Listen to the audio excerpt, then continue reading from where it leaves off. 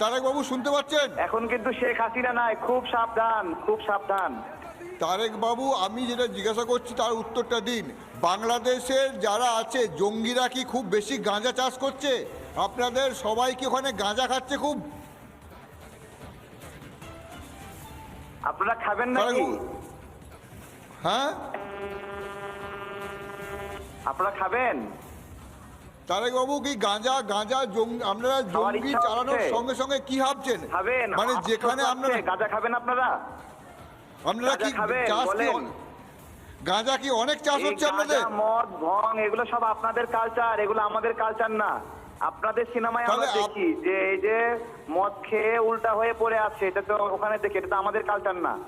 আমাদের এখানে মদ নেশা এগুলো হারাম, আমরা এগুলো খুব খুব খুব সচেতন। তারেক বাবু, গাঁজা না খেয়ে বিশুদ্ধ মস্তিষ্কে, তারেক বাবু শুনুন, গাঁজা না খেয়ে আপনি এইভাবে কিভাবে কথা বলেন?